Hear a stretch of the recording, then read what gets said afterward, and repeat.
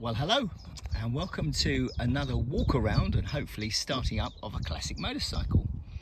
This is a very unusual little bike that you possibly haven't seen before. It's a 1970 Puch M125S, made by the people that brought you the Puch Maxi. In fact, it was the Maxi that replaced this. Puch were making very high quality motorcycles particularly in the 60s.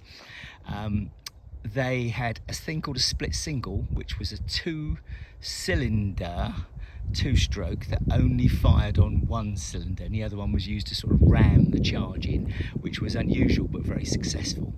And then they brought out this, which I believe uses the same frame as their very successful M50 moped, and they jammed in the 125 engine with this gorgeous radial head, which you can see on here, into the bicycle, making a relatively powerful, it's all relative, isn't it, little bike. It weighs nothing. It weighs, I don't know, 90 kilos. It really weighs nothing at all.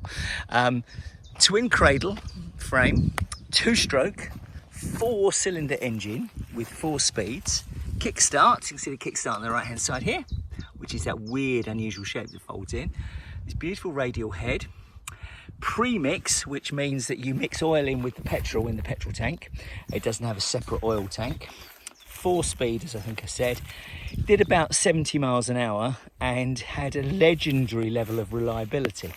Drum brakes at the back and at the front, which in truth are adequate. They're not much more than that. And this is pretty low frills. It's a small bike. This is the S model, which has a battery, a 6-volt battery. Although it has a magneto ignition, it did mean that you could, if you wanted to, run optional indicators, things like that.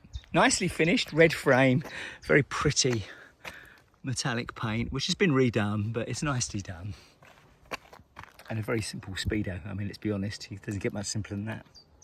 A little horn button. Should be easy to start, should be lightweight, and were very reliable indeed. And in fact, at the time, a couple of journos took one of these from England over to the factory in Austria and hammered it the whole way. It was about 2,000 miles there and back, and it didn't miss a beat. And they got back and said, we really can't fault it. Puch made things to very, very high standards. But by the early 70s, this is up against RD 125s. It's up against nice Suzuki 125s. Honda made some nice models in the same class, as did lots of other people.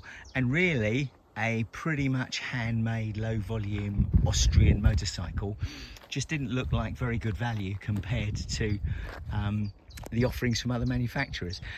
Irrespective of how good it was, it had a lovely sprung saddle. The saddle has got springs in it rather than just foam, so it's very comfortable. Great fun to ride. It whizzes around country lanes, and even with my fat old man body on it, I can get it up to sort of 60, no trouble at all. And I quite like it. It's a bit of a laugh. I'm not sure I'll keep it forever, but it is a bit of fun. I'm not sure there's much else I can tell you about it really. Other than we best have a go and start it up. So what we do is we turn on the petrol. It's a hot engine, so I'm not going to tickle it, but of course, as you know, I do like these bikes to start pretty much first kick. We turn the ignition on. There's not much to see when you turn the ignition on. We open the kickstart. As you know, this is all live.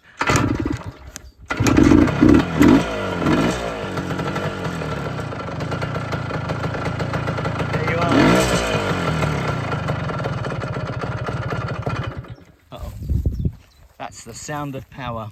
So I give you a 1970 Puch from Austria M125S sports lightweight motorcycle, 4-speed, 2-stroke, quite a bit of fun, quite collectible, and a very, very pretty engine. Anyway, I hope you like it.